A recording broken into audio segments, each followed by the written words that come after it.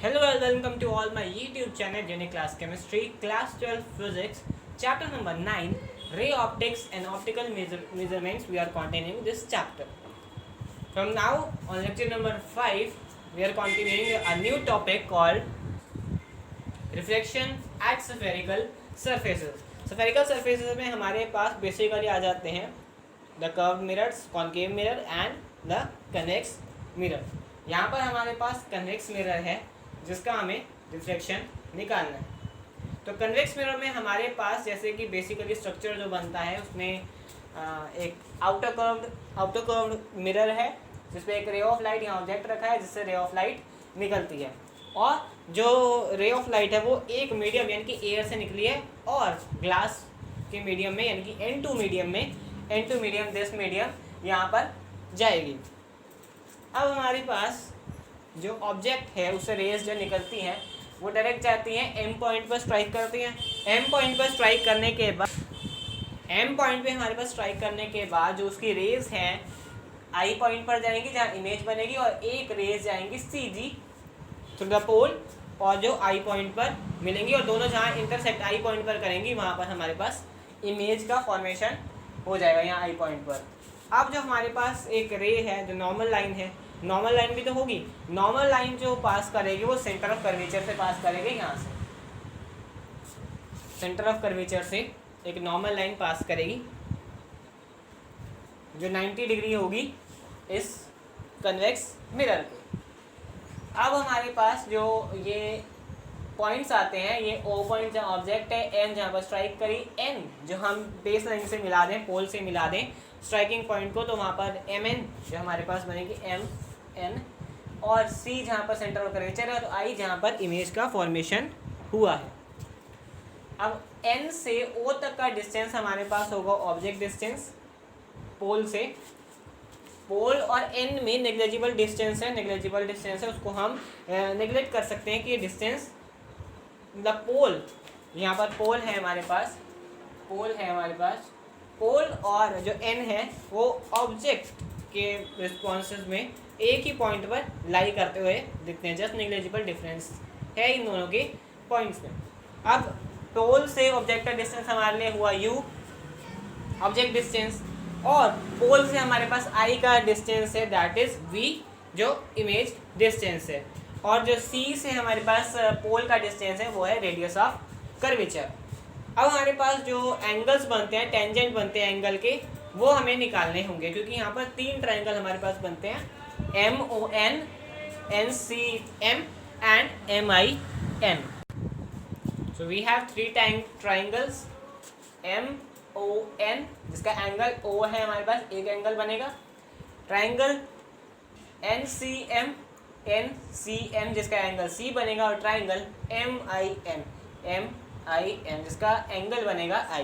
तो हमारे पास 3 एंगल्स बनेंगे, angle O, angle C and angle I। अब उसके साथ हमें टेंजेंट्स देखने हैं, tan O, tan C and tan I। तो एक बार उनको देखें। tan O हमारे पास जो कहता है फ्रंट अपॉन साइड, यानी कि जो हमारे पास फ्रंट है दैट इज MN हमारे पास फ्रंट है, और माइनस ऑफ U क्योंकि U लेफ्ट में जा रहा है इसलिए माइनस लेंगे, जो हमारे पास फ्रंट अपॉन जो साइड है इनकी परपेंडिकुलर अपॉन बेस। इसी का सेम हमारे पास बनेगा ट्रायंगल NCM, यहाँ पर फ्रंट हमारे पास MN दोबारा है, और जो हमारे पास साइड है that is R radius of curvature. अब जो हमारे पास तीसरा आएगा ट्रायंगल दैट इज MIN, ये ट्रायंगल हमारे पास बनेगा, तो उसमें होगा हमारे पास MN फ्रंट और साइड हमारे पास V जो हमारे पास इमेज डिस्टेंस है, तो हमारे पास इमेज डिस्टेंस है। अब एक्सटीरियर एंगल की प्रॉपर्टी लगाएं तो हमारे पास OC और I एंगल बनते हैं, तो इन तीनों एंगल्स को मिलाकर हमारे पास एक एंगल निकलते हैं। अब एंगल निकलने के एक्सटीरियर एंगल I निकलेगा क्योंकि इंसिडेंस एंगल है, और R जो हमारे पास एक्सटीरियर एंगल है वो है रिफ्लेक्टेड एंगल। अब यहाँ पर जो दो हमारे पास एक्सटीरियर एंगल निकलने वाले हैं वो है I और R सेम ही होंगे। सो एक्सटीरियर एंगल की प्रॉपर्टी को यूज करते हुए I जो एंगल है वो ये O एंगल, और जो हमारे पास ओ एंगल और जो सी एंगल है उसका एक्सटीरियर, उन दोनों को प्लस करेंगे तो आई के बराबर होगा, क्योंकि दो ट्राइंगल के दो एंगल्स को प्लस करने के बाद वो is equal to the exterior angle, जो एक्सटीरियर में उसका एंगल बन रहा है, यानी कि आई जो एंगल बन रहा है वो ओ और सी के एडअप होने से बन रहा है। अब जो आई की इक्वेशन हमारे पास आती है that is I is equal to M N upon O N, M N upon O N, O N हमारे पास यू भी है, M N upon N C, N C हमारे पास आर है, तो यहाँ पर फ्रंट अपॉन यू यानी कि एम एन अपॉन यू और एम एन अपॉन आर जो हमारे पास इक्वेशन इसकी बनती है। अब जो आर हमारे पास अगर एक्सटीरियर एंगल हो तो आर एक्सटीरियर एंगल की पॉसिबिलिटी हमारे पास क्या है कि वो जो या आर को हम इंटीरियर माने, सी को एक्सटीरियर मान लें, सी को एक्सटीरियर मानेंगे तो आई और आर को मिला के सी बनने वाला है, आई और आर को मिला के सी बनने वाला है। तो हमारे पास जो एम सी एन है, angle M C N, R angle को प्लस करेंगे plus angle M I N, I angle को प्लस करेंगे। अब आर चाहिए हमें तो आर को बाहर निकाल देंगे, ये एम आई एन को इससे माइनस कर देंगे, M C N minus angle M I N, तो हमारे पास आर की इक्वेशन आ गई। अब स्नेल्स लॉ हमारे पास क्या कहता है, स्नेल्स लॉ हमारे पास कहता है, उससे पहले जो आर की फाइनलाइज्ड वैल्यू बनेगी वो है M N upon N C R फिर से minus M N upon N I हमारे पास वी बन जाएगा। अब इसी इक्वेशन को हम स्नेल्स लॉ में पुट करेंगे तो हमारे पास जो इक्वेशन आने वाली है उसकी तरफ एक बार देख लेते हैं। So by using Snell's law we got N I sine I जो एंगल ऑफ इंसिडेंस है और एन टू साइन आर हमारे पास जो एंगल ऑफ रिफ्लेक्शन है। अब स्मॉल एंगल के लिए हम जो साइन आई लेंगे वो आई ही लेंगे और जो साइन आर लेंगे उसको इज इक्वल टू आर ही लेंगे, तो वो फॉर्मूला बनेगा n1i is equal to n2r। अब i और r की वैल्यू हम यहाँ से पुट कर देंगे, तो after putting the equations we got,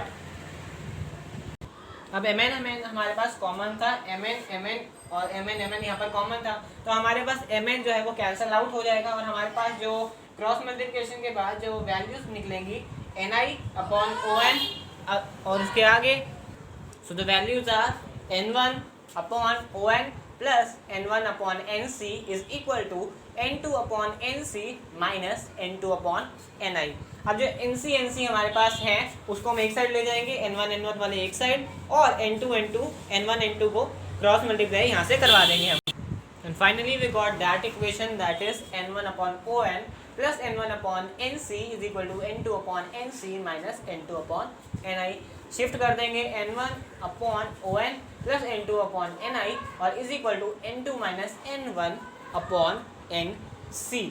O N की वैल्यू, ni की वैल्यू और nc की वैल्यू पुट करने के बाद ये फॉर्मूला हमारे पास बनेगा ni upon u that is object distance, n2 upon v, यहाँ पर माइनस में है क्योंकि यहाँ पर लेफ्ट साइड जा रहे हैं, लेफ्ट साइड पर है, पोल के लेफ्ट साइड पर हमारे पास ऑब्जेक्ट प्लेस्ड है। n2 अपॉन v पॉजिटिव है क्योंकि इमेज जो फॉर्मेशन है वो राइट साइड में है, is equal to n2 minus n1 upon r is the radius of curvature. हमारे पास जो पूरी वैल्यूज हैं, अगर इसमें से कोई भी मिसिंग वैल्यू है, रिफ्रैक्टिव इंडेक्स दोनों का दिया होना चाहिए और जो हमारे पास इमेज डिस्टेंस है, ऑब्जेक्ट डिस्टेंस है और रेडियस ऑफ कर्वेचर, इनमें से अगर एक आइटम मिसिंग है तो हम उसको इन टर्म्स ऑफ रिफ्रैक्टिव इंडेक्स निकाल सकते हैं। और ये पूरी जो इक्वेशन है ये भी इन terms of refractive index he based है और इसी के साथ हमारे पास ये पूरी इक्वेशन आ जाती है। Now we can continue by reflection by lenses. Spherical surfaces में हमारे पास सारे मिरर्स आ जाते हैं, यहाँ पर कॉन्वेक्स का एग्जांपल है, कॉनकेव में भी यही होगा। तो स्फेरिकल सरफेसेस या स्फेरिकल मिरर्स जितने आते हैं उसमें ये जो हमारे पास फॉर्मूला है वो सब में फिटेड है।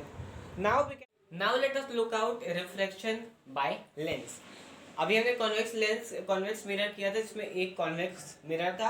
अब अगर हम दो कॉन्वेक्स मिरर को मिला देते हैं तो हमारे पास कॉन्वेक्स लेंस बन जाता है। अब कॉन्वेक्स लेंस में हमारे पास पहले पता है दो रिफ्लेक्टिंग सरफेसेस हैं।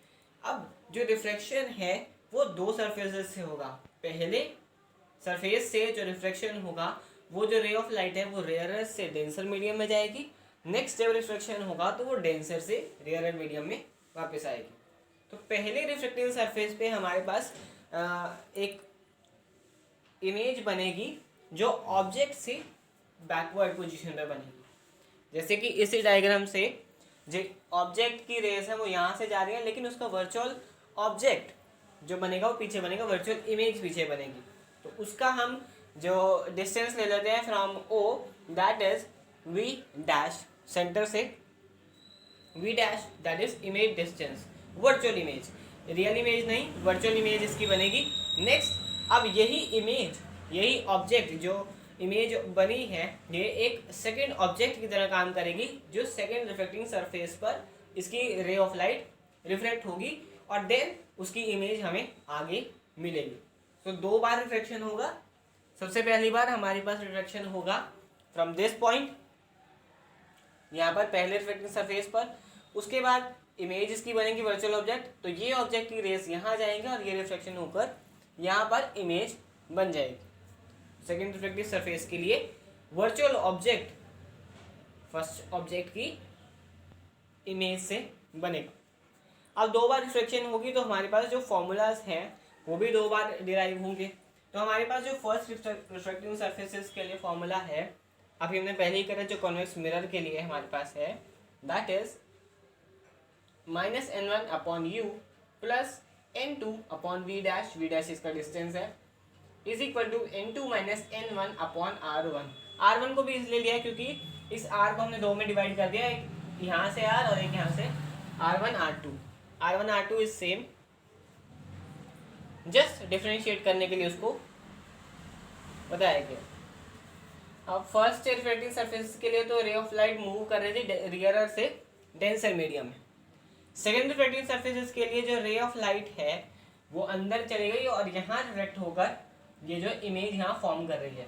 तो उसके लिए हमारे पास फॉर्मूला है -n2 upon V dash, V dash यही डिस्टेंस है, इस केस में हमारे पास ये बन गया image distance, object distance. Image distance हमारे पास v है, so plus n1 upon v is equal to n1 minus n2 upon r2। n1 हमारे पास फिर से एयर आ गई, यहाँ पर एयर थी, यहाँ पर हमारे पास रिफ्लेक्टिंग मीडियम था और यहाँ पर दोबारा से एयर थी। और इन दोनों को इक्वेशन को अगर हम कंपेयर कर देते हैं तो हमारे पास जो फॉर्मूला आ जाएगा वो reflection formula by the convex lens. इसको हम कॉन्वेक्स लेंस के लिए भी, कनकेव लेंस के लिए भी यूज कर सकते हैं, दोनों लेंसेज के लिए ये फॉर्मूला वैलिड रहेगा।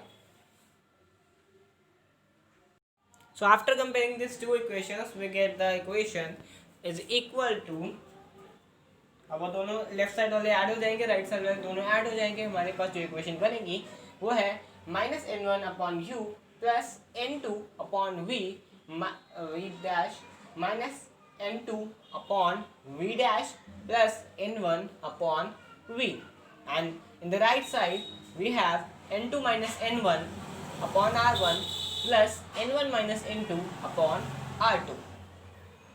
अब n1 यहाँ से कॉमन आ जाएगा और जो नॉन कॉमन है हमारे पास 1 upon U minus 1 upon V, और from the right side we have common n2 minus n1, यहाँ पर आगे ले आके कॉमन ले लिया, और जो r है हमारे पास 1 upon r1 minus 1 upon r2। अब इस n1 को भी हम अगर राइट साइड शिफ्ट कर दें तो हमारे पास फॉर्मूला बनेगा for reflection by lens, that is 1 upon u minus 1 upon v minus 1 upon u is equal to n2 minus n1 upon n1 into 1 upon r1 minus 1 upon r2।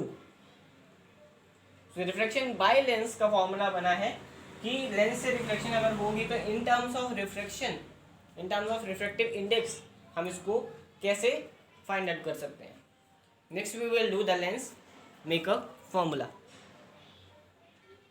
and here we have the lens maker formula। अब जो हमारे पास lens maker formula है उसमें हमारे पास जो infinity से race हैं, जो रे हैं लाइट की रेस हैं वो इन्फिनिटी से आनी चाहिए। एंड एज वी नो कि जो इन्फिनिटी से रेज आती हैं वो सीधा डाइवर्ज या कन्वर्ज हो जाती हैं कन्वेक्स लेंस से फोकस पर। तो फोकस पॉइंट हमारे लिए बनेगा जहाँ पर हमारी ऑब्जेक्ट की इमेज बनेगी। तो हमारे पास v जो होगा वो फोकस डिस्टेंस यानी कि फोकल लेंथ ही हो जाएगा, जो रेडियस ऑफ कर्वेचर जो हमारे पास सेंटर पॉइंट से फोकस तक का डिस्टेंस है वो फोकल पॉइंट है, और वहीं पर हमारी इमेज बनेगी, that is the focal point, और either we can say the point where image is shown.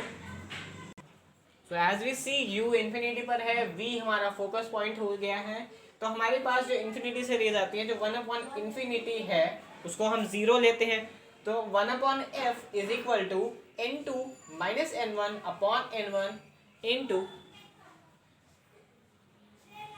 1/r1 minus 1/r2।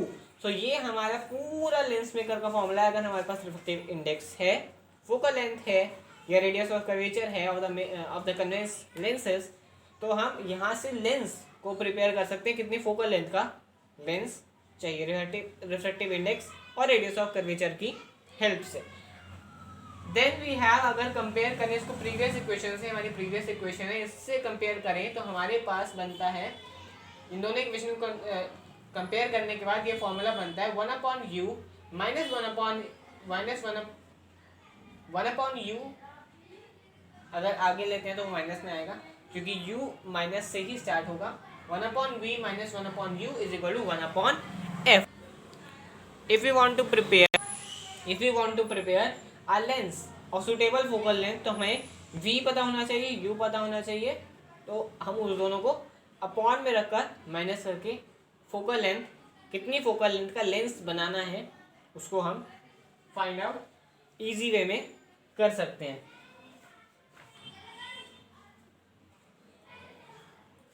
Another term we can use here, जो हमारा पास फॉर्मूला आता था कन्वेक्स मिरर का, जब हम निकालते थे फोकल लेंथ, इमेज डिस्टेंस या ऑब्जेक्ट डिस्टेंस, तो हमारे पास जो फॉर्मूला आता था वो भी यही आता था 1/v minus 1/u is equal to 1/f। तो इस इक्वेशन से हम फैमिलियर हैं, जो हमारे लिए थिन लेंस फॉर्मूला के नाम से भी हमें पता है कि ये थिन लेंस फॉर्मूला के लिए भी एप्लीकेबल है। कन्वेक्स मिरर में भी यही इक्वेशन होती है, वहाँ पर फोकल लेंथ जो होती है, जो नेगेटिव पॉजिटिव हम लेते हैं वहाँ पर भी यही इक्वेशन यूज होती है। यहाँ पर दो कॉन्वेक्स लेंसेज है इसलिए यहाँ पर भी ये इक्वेशन वैलिड रहेगी। एंड जो मैग्निफिकेशन है लेंस का भी, उसका फॉर्मूला भी हमारे पास यही है कि h'/h is equal to v/u। अगर साइन कन्वेंशन अप्लाई करेंगे तो हमारे पास देखने को मिलेगा वर्चुअल और इरेक्ट इमेज, जब हमारे पास कॉन्वेक्स या कन्वेक्स लेंस की जब बनेगी तो मैग्निफिकेशन होनी चाहिए पॉजिटिव। अगर हमारी इमेज जो है इन्वर्टेड और रियल बनती है तो हमारे पास m होना चाहिए negative. That summarize the topic. Now we can say power of, now we can continue from next lecture the power of lens. So that's all for today. I hope you all will understand what I have taught, and from next video we will start the lecture by power of lens and combination of lens. This concludes the whole lecture and thank you so much.